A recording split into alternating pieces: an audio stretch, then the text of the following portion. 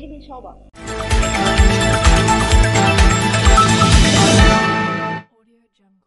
యువత మత్తు పదార్థాల బారిన పడి జీవితాలు నాశనం చేసుకోవద్దని సిఐ ఉపేంద్ర సూచించారు.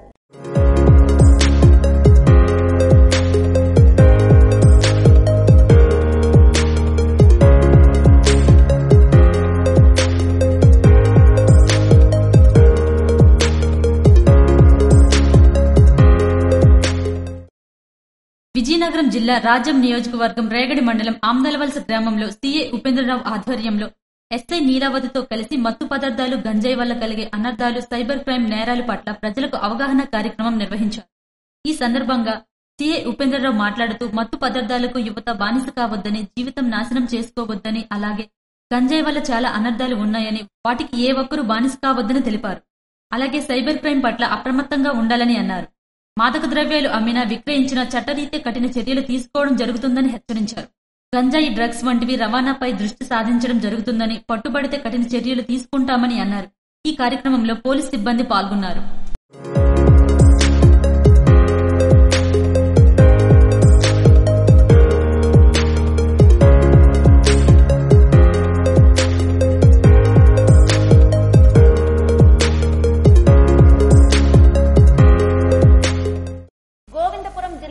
ఉన్నత పాఠశాలలో ఘనంగా గణిత దినోత్సవ వేడుకలు నిర్వహించారు.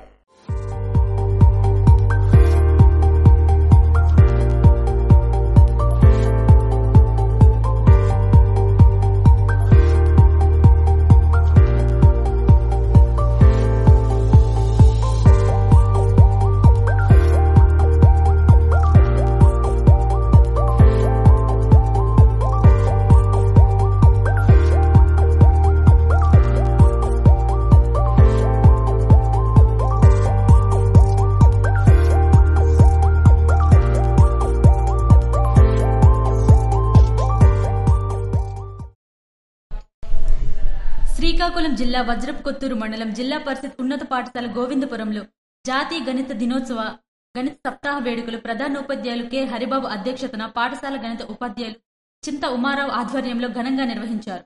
రాష్ట్ర అగ్నికుల క్షత్రియ కార్పొరేషన్ డైరెక్టర్ పుచ్చ ఈశ్వరరావు ముఖ్య అతిథిగా పాల్గొన్నారు. విద్యార్థులు ప్రదర్శన చేసిన 110 ప్రాజెక్టులను రిబ్బన్ కటింగ్ చేసి నిత్య జీవితంలో వాటి ఆవశ్యకతను, అవి పనిచేసే విధానంను అడిగి తెలుసుకున్నారు. అలాగే గణిత ముగ్గులను ఆసక్తిగా తిలకించారు. గణితం అనేది లేకుంటే మానవ ప్రగతిని ఊహించలేమన్నారు. ఇటీవల జరిగిన మండల స్థాయి విజేతలకు క్యాష్ ప్రైజ్, గోల్డ్ మెడల్స్, జ్ఞాపికలను అందజేశారు. ఈ కార్యక్రమంలో కర్ని రమణ, స్కూల్ కమిటీ సభ్యులు మరియు ఉపాధ్యాయులు లక్ష్మణరావు, ఉమారావు, రసీద్, సీతమ్మ తదితరులు పాల్గొన్నారు.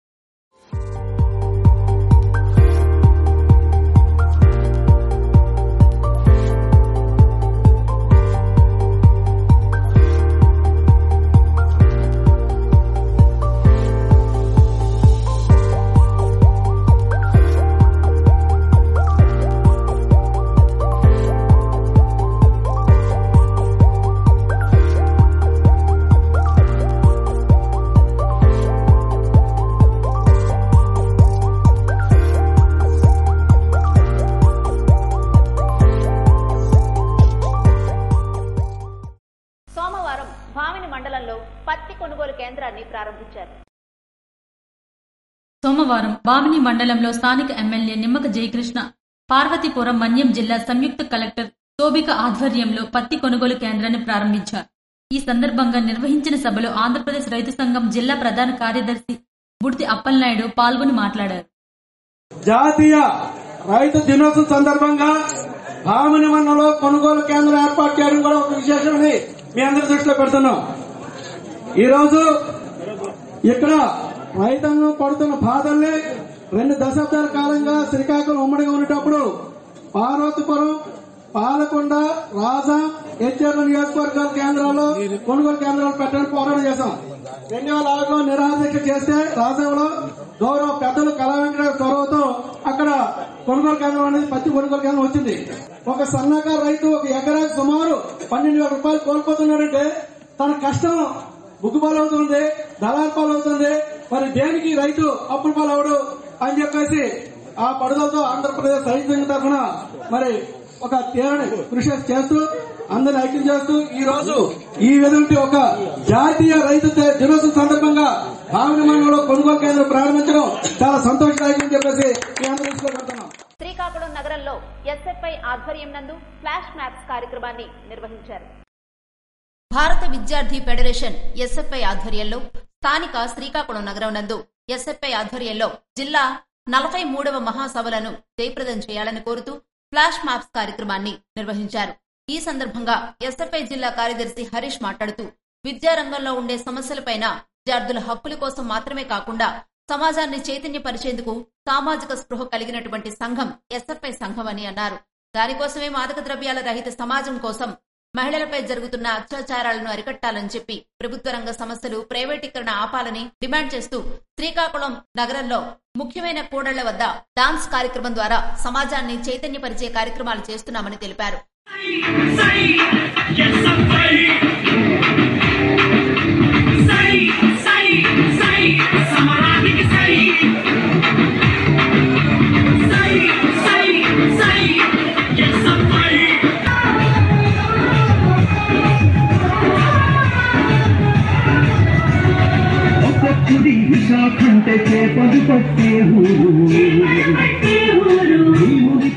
నేటి సమాజంలో మాదక ద్రవ్యాల వాడకం, యువత మత్తుబారిన పడడం చాలా బాధాకరమని, వాటి బారిన పడకుండా విద్యార్థులను చైతన్యపరిచేందుకు ఈ కార్యక్రమాలు ఎంతగానో ఉపయోగపడతాయన్నారు. అలాగే నేడు దేశంలో గాని రాష్ట్రంలో గాని మహిళలపై జరుగుతున్న దాడులు లెక్కలేనన్ని కేంద్ర రాష్ట్ర ప్రభుత్వాలు మహిళా సంక్షేమం కోసం, మహిళా సాధికారత కోసం వాగ్దానాల్లోనే తప్ప వాస్తవాల్లో ఎటువంటి చర్యలు తీసుకోవట్లేదని అన్నారు. వాటి సాధన కోసం ఎస్ఎఫ్ఐ ఎంతగానో పోరాడుతుందని తెలిపారు. ముఖ్యంగా ప్రభుత్వ రంగ సంస్థలను ప్రైవేటీకరణలో కీలకమైనటువంటిది వైజాగ్ స్టీల్ ప్లాంట్ అని, ప్రైవేటీకరణకు కేంద్ర రాష్ట్ర ప్రభుత్వాలు శరవేగంగా అడుగులు వేస్తున్నాయని అన్నారు. ప్రత్యక్షంగా పరోక్షంగా వైజాగ్ స్టీల్ ప్లాంట్ లో 2 లక్షల మందికి ఉపాధి అవకాశాలు ఉన్నాయని, అది ప్రైవేటీకరణ అయితే యువతకు ఉపాధి అవకాశాలు నిర్వీర్యం అవుతాయని ఆవేదన వ్యక్తం చేశారు. కార్యక్రమంలో ఎస్ఎఫ్ఐ నాయకులు చందు, చిన్నారావు, దివ్య తదితరులు పాల్గొన్నారు. స్కిల్ డెవలప్మెంట్ సంస్థలో యువతకు పలు రంగాల్లో శిక్షణ ఇవ్వనున్నామని కేంద్ర మంత్రి కింజరాపు రామ్మోహన్ నాయుడు పేర్కొన్నారు.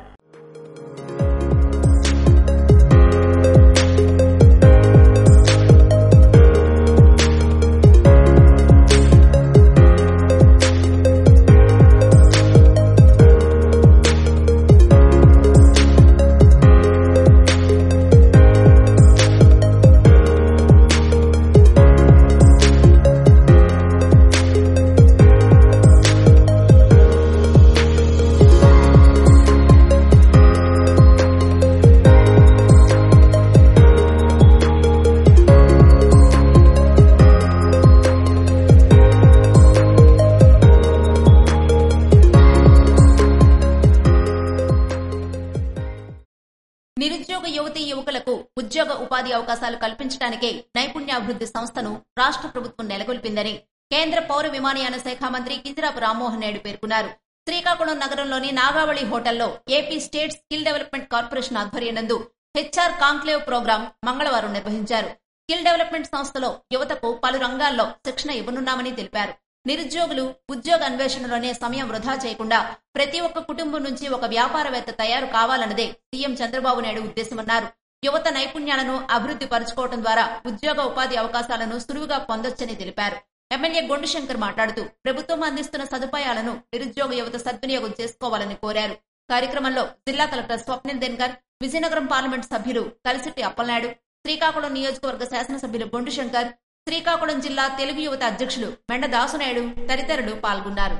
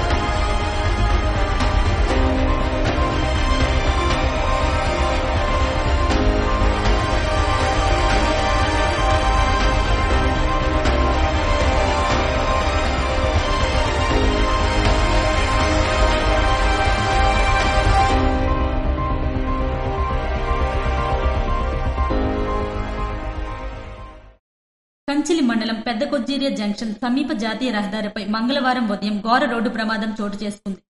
జైలో వాహనం అదుపు తప్పి రోడ్డు ప్రక్కన ఉన్న కరెంటు స్తంభాన్ని అతివేగంగా ఢీకొట్టింది. ఈ ప్రమాదంలో ఘటనా స్థలంలో 3 మృతి చెందగా మరో 2 వ్యక్తులకు తీవ్ర గాయాలయ్యాయి.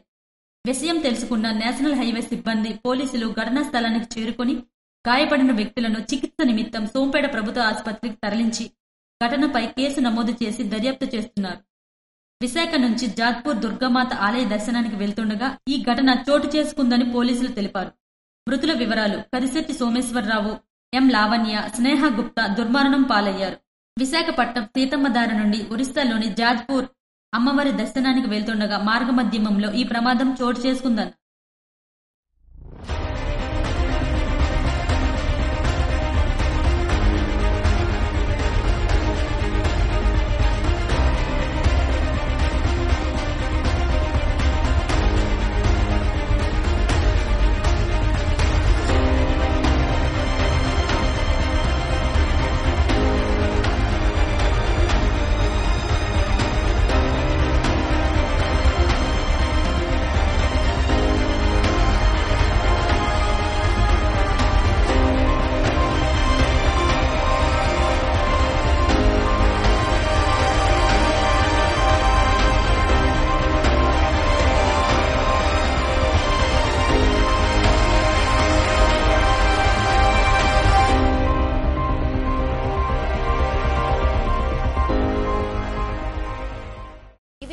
వార్తలు. మరిన్ని వార్తలతో మళ్ళీ కలుద్దాం. చూస్తూనే ఉండండి SS న్యూస్.